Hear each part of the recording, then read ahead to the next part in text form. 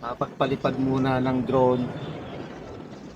Subukan ko ulit paliparin tong drone ko. Maambon konti. Ito nga pala yung aking DJI Mini 2 na sobrang gamit na. Tutusin, pwede na siyang mag-retire. Sa dami ba naman ng mga crashes na naranasan niya, gumagana pa naman. Pero ngayon, susubukan kong gamitin ulit dahil wala pa naman tayong bagong drone na magagamit. Gumagana pa siya. Okay, talimig muna ako para secure at sigurado siya ay susunod sa ating control. Baka kasi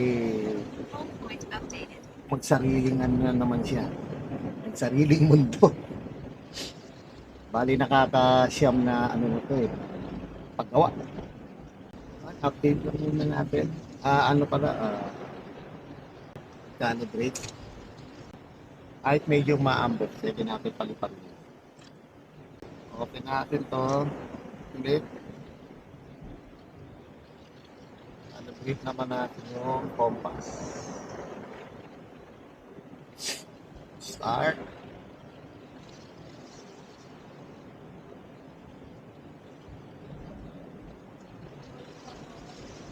Okay, calibration successful. O, ito nga pala yung ano nyo, yung marka pa nung pagkaka-crash niya nung huli. Talagang marunong lang umaray itong drone ko. Talagang magre-reklamo to. Okay, home point updated. Let's try to fly. Alright, kaya na po. Lumilipad na ang aking drone. Wow, accurate pa ha. Sana lang walang agila o lawin na pwedeng dumagit sa ating drone.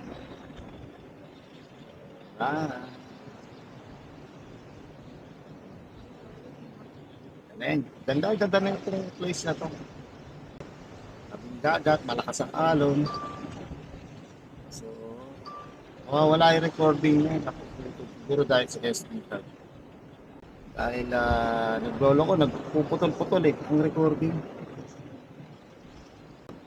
Lapit ko na lang pala. Muna natin ng kaunti. Bago tayo magtuloy sa ating recording. Pero sana lang nagre-record ha.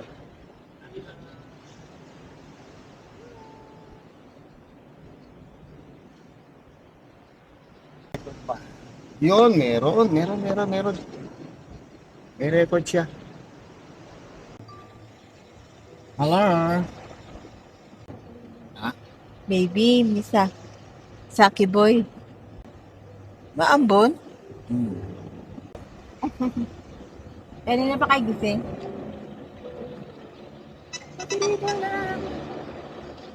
Walang exercise. Ayan, may baby rin. Yun, so far so good ang aking drone. Pabalik na siya. Hindi naman siya nagloko pero nagpuputol-putol lang ang kanyang recording. Which is okay na rin. Hindi ko na natin dapat. Naririnig niya na siya. Ayan.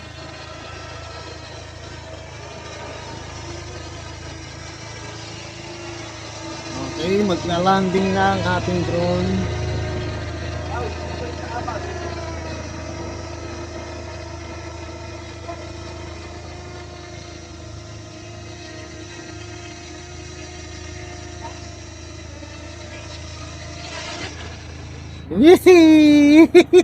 Nag-landing dito.